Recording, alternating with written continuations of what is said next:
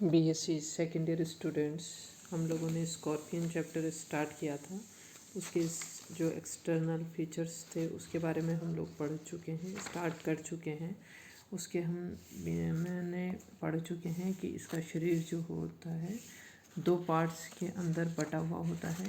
पहला पार्ट जो होता है इसका प्रोसोमा, जिसको सिफेलोथोरैक्स शिरोवक्ष पार्ट भी कहते हैं, और दूसरा पार्ट जो होता है ओपिस्थोसोमा, जिसको हम उदर या एब्डोमेन भी कहते हैं। नेक्स्ट फिर जो ओपिस्थोसोमा या उदर है उसको दो पार्ट में दोबारा डिवाइड किया गया है, जिसको कि हम मीजोसोमा और मेटासोमा में डिवाइड करते हैं। अब सबसे पहले मीजोसोमा के बारे में हम एक बार फिर देख लेते हैं।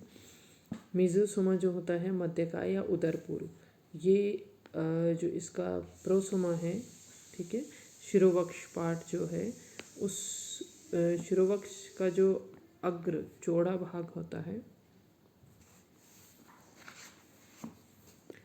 जो ये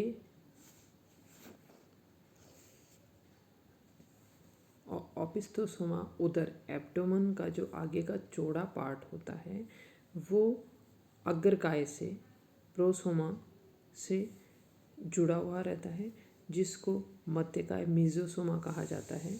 ये मीजोसोमा जो होता है, जिसको उदरपूर्व भी कहते हैं, ये आगे की तरफ से चौड़ा होता है लेकिन पीछे की तरफ से सकड़ा होता है, ठीक है।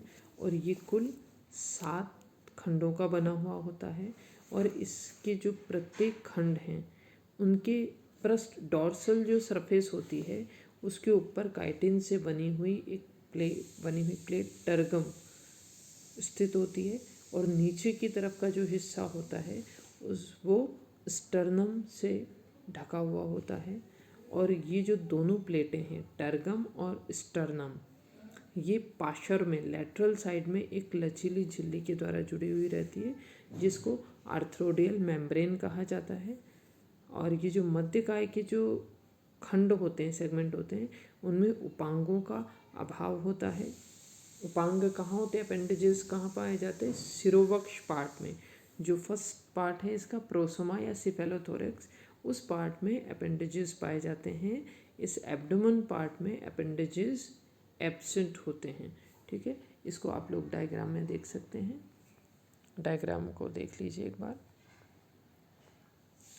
इसके जो सारे अपेंडेजेस दिखाए गए हैं वो सारे इसकी जो प्रोसोमा पार्ट है आगे का, ये जो आप देख रहे हो, सिर्फ उस पार्ट के अंदर होते हैं।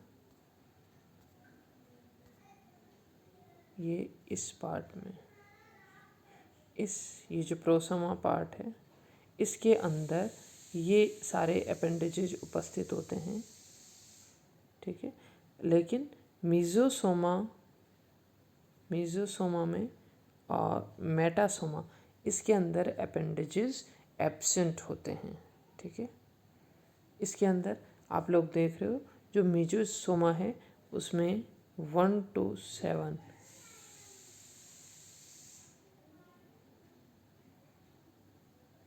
इसके अंदर 7 खंड बने हुए हैं, सेगमेंट बने हुए हैं। 1 2 3 4 5 6 ये शो हो रहे हैं आपके 1 to 7। मीजोसोमा में 7 खंड दिखाई देते हैं, ठीक है, और अपेंडेजेस का अभाव होता है।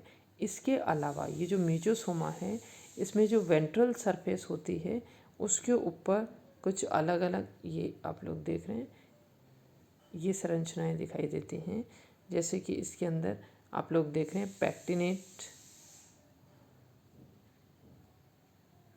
ये पैक्टिन, ठीक है, जेनाइटल ओपर्क्यूलम देख रहे हो, ठीक है, और स्टिग्मेटा या स्पाइरेकल,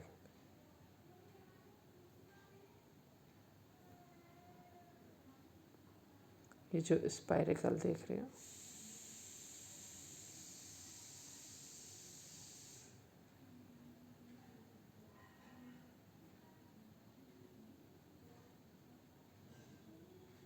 ठीक है। अब सबसे पहले आते हैं जेनाइटल ओपर्क्यूलम पे।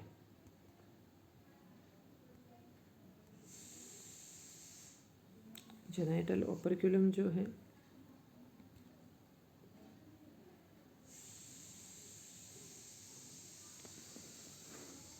ये जो मेजोसोमा है उसके पहला खंड जो है उसके अधर सतह पर नीचे की तरफ एक छोटी गोलाकार चपटी द्विशाखित प्लेट पाई जाती है। ठीक है, इसको जननिक प्राच्छद या जेनाइटल ओपर्क्युलम कहते हैं और इसके नीचे जेनाइटल एपर्चर पाया जाता है और ये जो है जेनाइटल ओपर्क्युलम जननिक छिद्र जो एपर्चर की सुरक्षा करता है। नेक्स्ट आता है पैक्टिन। ये यहाँ पे पैक्टिन का क्या होता है? पैक्टिन, इसको इस डायग्राम में देख लो आप लोग। ये पैक्टिन दूसरा जो खंड है, दूसरे खंड की जो अधर सरफेस लेटरल सरफेस होती है उसमें एक जोड़ी कंघीनुमा संरचना पाई जाती है जिसको पैक्टिन कहते हैं। और प्रत्येक पैक्टिन में आप लोग देख रहे हैं हैंडल दिखाई दे रहा है। इसमें ये हैंडल पार्ट है इसका और ये इसकी लैमेला दिखाई गई। प्रत्येक पैक्टिन में एक हैंडल या शाफ्ट होता है जो कि 3 खंडों का बना हुआ होता है और इसकी पश्च सतह पर कंघे के जो दांत हम बाल बताएं, कंघे के जो दांतों के समान 4 से लेकर 36 तक एक कंघे के दांत जो होते हैं उनकी एक पंक्ति पाई जाती है। और ये जो कंघे के दांत की तरह की संरचना है ये स्पर्शग्राही होती है और गंध के संवेदी अंग होते हैं, मतलब दोनों को की संवेदना इनसे इस बिच्छू को प्राप्त होती है। तो इसकी ही सहायता से बिच्छू को अधर सतह का भी उसको ज्ञान होता रहता है। और जो नर जंतु होते हैं उनमें मादा की अपेक्षा ये पैक्टिन बड़े पाए जाते हैं। नेक्स्ट संरचना इसमें आती है स्टिग्मेटा या स्पाइरेकल। जो स्पाइरेकल होते हैं नेक्स्ट वीडियो में जो स्पाइरेकल इसमें दिखाए गए हैं, ये तीसरे खंड से लेकर छठे खंड तक, ठीक है, हर एक खंड के पार्श्व और अधर सतह पर लेटरल जो सरफेस है उसके लेटरल की भी अधर सतह पर एक जोड़ी दरारनुमा छिद्र पाए जाते हैं। ये 6 तक देख रहे हैं आप, 7th में नहीं है। ठीक है, तीसरे खंड से लेकर तीसरे चौथे पांचवें छठे 6 खंड में यहाँ से लेकर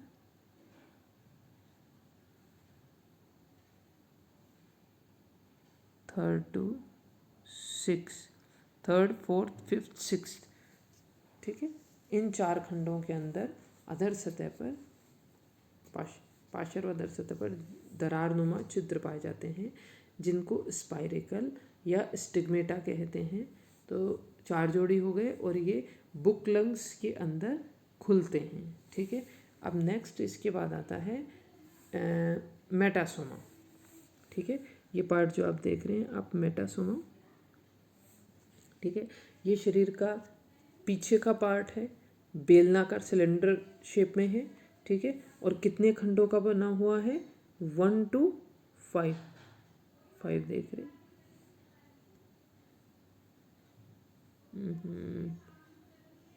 5 खंडों का बना हुआ होता है। वैसे तो वास्तव में इसमें 6 खंड होने चाहिए क्योंकि जो मीजोसोमा है उसका ये जो अंतिम खंड है, ये वाला 7 अंतिम खंड है, वो इसका प्रथम खंड होना चाहिए क्योंकि इसके अंदर श्वास रंध्र नहीं पाए जाते हैं।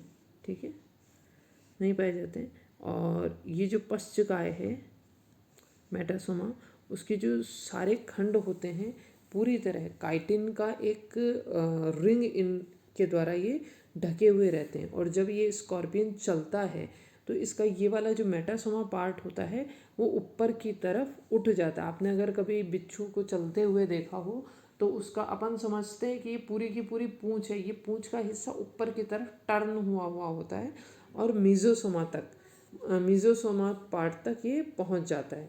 और इसका ये जो 5वां खंड है, ये देखो, इसके 5वें खंड में कि अधर सतह के ऊपर गुदा द्वार पाया जाता है, और ये यहाँ अधर सतह पर गुदा द्वार पाया जाता है, और इसके अंदर इसके बाद में यहाँ पर टेल्सन पार्ट पाया जाता है, ठीक है।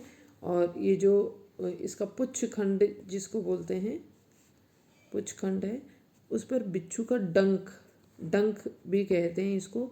और इसका जो फूला हुआ भाग होता है वो वेसिकल या एम्पुला पाया जाता है। ये आप इसका देख रहे हैं, वेसिकल एम्पुला, और ये स्पाइन, 2 पार्ट हैं इसके। फूला हुआ जो पार्ट है वो वेसिकल या आशय या एम्पुला तुम्बिका कहलाता है, और इसका मुड़ा हुआ कांटे के समान स्पाइन जिसको शल्यक या एक्यूलियस भी कहते हैं, ठीक है। और ये जो एम्पुला होता है उसके अंदर एक जोड़ी पॉइजन ग्लैंड पाई जाती है, और इन ग्रंथियों से, पॉइजन ग्लैंड से छोटी छोटी बारीक बारीक वाहिकाएं होती हैं जो ये जो स्पाइन है उसके शीर्ष पर खुलती हैं। और ये जो स्पाइन है वो एक इंजेक्शन या सुई की तरह कार्य करता है, और जब बिच्छू किसी को डंक मारता है तो वो इसके द्वारा उसके शरीर में विष छोड़ देता है, लेकिन मनुष्य के लिए ये बहुत अधिक घातक नहीं होता है, ठीक है। इसके बाद नेक्स्ट वीडियो में करेंगे।